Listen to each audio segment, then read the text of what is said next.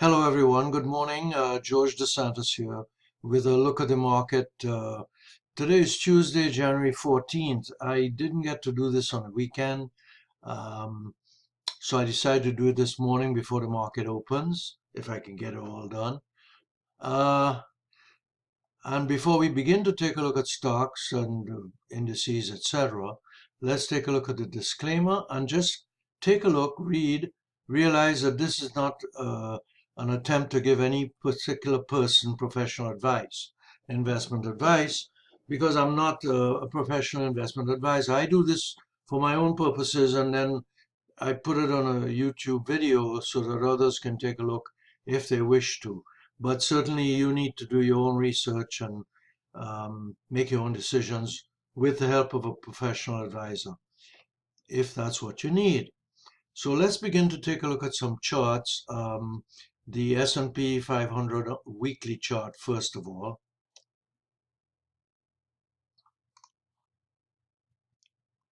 So here's a weekly chart of the S&P 500. Now, some people have asked, why do you always start with a weekly chart and then the daily chart? Well, go take a look at Alex Elder's book. He describes what he calls a triple screen approach. And when I used to meet with Alex on a week, during the week, a weeknight in his city when he had his apartment there, I don't know if he still does, he would always impress that upon us. Never look at a daily chart before you look at a weekly chart. It's on the weekly chart we make our strategic decisions, and on the daily chart we make our tactical decisions. Strategic meaning, is this a company we want to own, an index we want to be long on? Tactical with the daily chart, is this a time to be buying or selling, etc. So on the weekly chart, what we have are some moving averages, as you all know by now, those of you who watch these videos. This is a 4 exponential moving average, a 9, and a 30 weighted moving average. So when these moving averages are above each other, as they are here, the smaller period above the next larger period, and likewise the next, we do have an uptrend. It's one of the indications of an uptrend. The other thing that we are looking at here that indicates an uptrend is the parabolic yellow dot switched to an uptrend here and has been all the way back in October and has been below the most recent bars since then. It's confirming the uptrend. As far as the Bollinger Bands are concerned, which gives us a 1 standard deviation measure here, the magenta dotted line, 2 standard deviations on the green line, or up here, above and below the mean, and 3 standard deviations with the yellow line. You can see that we're now between 1 and 2 standard deviations. So we are likely to see further upswing here, further uptrend here. If we get to hit the 2 standard deviation line, especially 3, then we usually get a strong pullback. But right now, it looks as though this trend is likely to continue up. Insofar as the other indicators are concerned that we have here, MACD histogram is still above the 0 line, so bulls are in charge. Williams percenile, a 30 period that I use, which I wouldn't explain all the reasons why, that remains very bullish above this minus 50 line, magenta line. And Jerry Appel's sum of the rate of change indicator is still above 4%. And even though this is what I use on the NASDAQ particularly, I still like to look at it on individual stocks and on the S&P, etc. So we have a strong uptrend on the weekly chart. Let's take a look at the daily chart. Now on the daily chart, we have an uptrend as well, but there are some caveats. There's at least one caveat here that we should take note of. On the daily chart, we can see, let me crunch it up a little. You can see here that the 4 EMA, that yellow line, is above the 9, 9 is above the 30 weighted moving average. The parabolic is more volatile. Well, it switches back and forth, so it's oscillating above and below the most recent bars. Right now, we have 4 bars above the parabolic, so that's confirming the uptrend on the daily chart as well. We also have a nice bullish candle here from yesterday's action. And so we do have an uptrend indicated on the daily chart. Now notice that the high of this bar is touching the 2 standard deviation line, that dotted green line. So it's likely we can get a little pullback here. We might find a little bit of weakness here, a little bit of a correction. And if there's a correction, I don't expect it to be a big one. Well, what do I know, right? I'm just a poor little investor. But because the weekly chart looks so strong, I'm expecting a minor pullback if we get one. Now, here's another reason why. Because we have a divergence, we have a developing divergence of MACD histogram. As we made a new high here, MACD made a new high. The bears broke the back of the bulls here, as Alex would say, and then we started trending up again, and now we're making a lower high than this high. That's called a bearish divergence. On the daily chart, a bearish divergence is, in my experience anyway, is not as significant as if you see a bearish divergence on a weekly chart. That one you do not ignore, you pay very close attention to. We don't have a bearish divergence on the weekly chart as we saw when we looked at it. There was no bearish divergence. So now we go to the other indicators. We can see that the Williams percentile is still above this magenta line. That's bullish. And the sum of the rate of change indicator remains above 4%, even though it came back here back in, I believe it was October. And then it continued to break that 4% line and stay above it since then. So bottom line is weekly chart looking very bullish still. Daily chart still bullish, but keep an eye out for this bearish divergence of MACD. If we continue to see this kind of weakness of the bulls compared to what the strength that they had here, we are likely to see a correction. And I think it will be a minor one.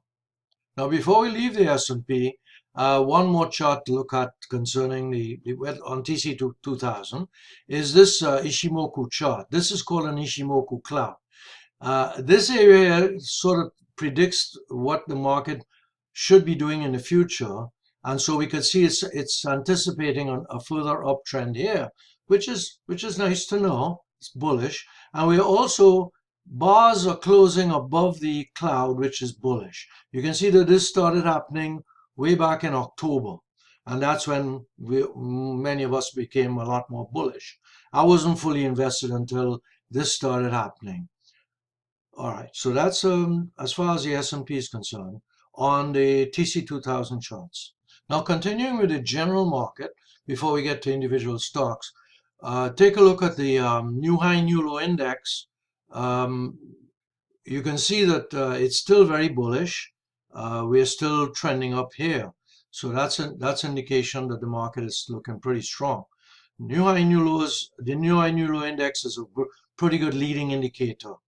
Here's another chart from stockcharts.com. You can see that Alex Elder's impulse indicator, painting the bars red, blue, and green, is on a green bar on the daily chart. If we look at the weekly chart, we will see what it says. It's blue, but when it's blue, you can go either long or short.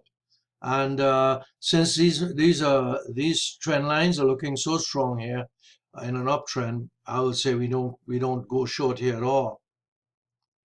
Here's a McClellan indicator, and McClellan is pointing up. It's bullish. Here's the percentage of stocks of the S&P 100 above their 200-day moving average. You could see that since we had a breakout in October above that 50-day moving average, the percentage of stocks above their 200-day moving average, we still have a nice uptrend going on. So that's pretty bullish, consistent with everything else. Now we turn to Shaken Analytics software, and the first thing I put up here is the SPY, which of course is an ETF of the S&P 500. And what we can see here is that we have a momentum breakout, a relative strength breakout. So as far as Shaken is concerned, market is looking pretty strong. You can see that the market was overbought here, and then it became oversold, and now it's ticking up from this area here. So in addition to these breakouts, we're getting a nice indication from the overbought, oversold indicator here, and it's bullish. You can see it's green, and money flow is still pretty good. That's SPY. Before we go further, we're looking at some individual stocks. Let me just mention that the VIX is still very low. It's about 12 and change. So we don't have any fear in the market right now. Now, of course, that will change. That can change and will change in time. But right now, the VIX is still pretty low. So there's a minimum of fear in the market. Just wanted to mention that.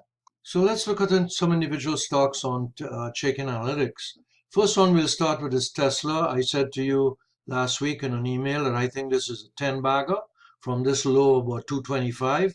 I think we'll have 1,000% gain.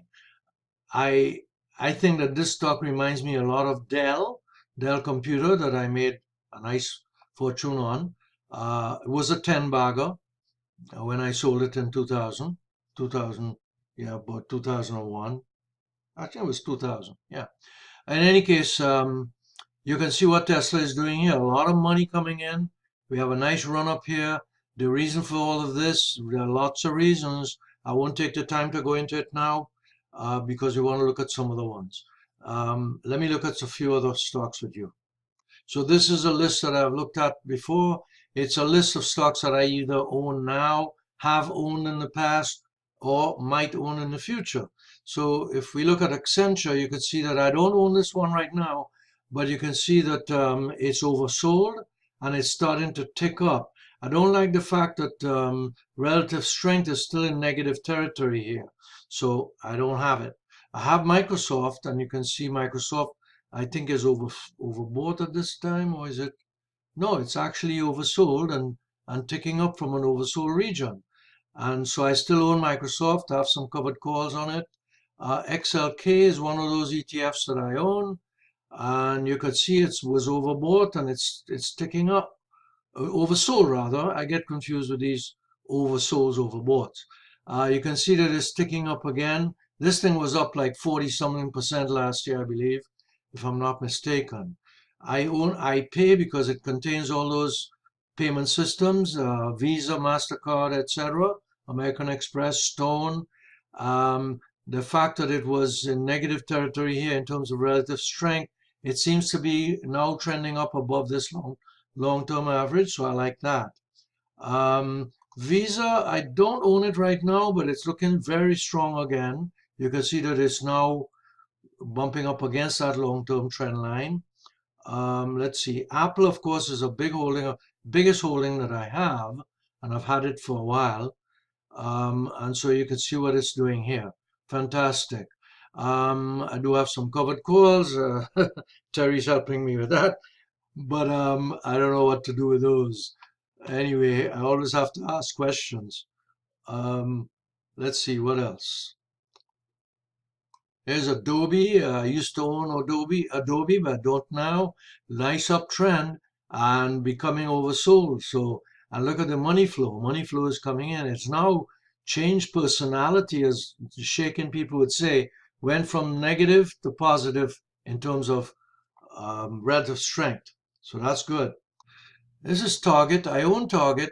It's pulled back a bit recently, but it has this sort of characteristic of rallying, consolidating, pulling back, rallying, consolidating, pulling back here a little bit, rally. You know, it has that pattern. So I'm not looking to sell it right now. I have some covered calls on it. Here's BMY, Bristol Myers. I sent you an email. I said I liked it. I like what Chaikin was showing me on it, except for the money flow here, but it seems to be changing. Money flow seems to be turning positive. And so I bought some BMY. It's doing well. And one more, INMD, which is InMode. It's that cosmetic procedure using radio frequency waves to reduce fat, etc. And you can see what it's done. It's come back to support at the long-term trend line, starting to move up. I did buy it again. I did take a loss before. That's it. We have no more time, so we'll try and do this again next week. Goodbye.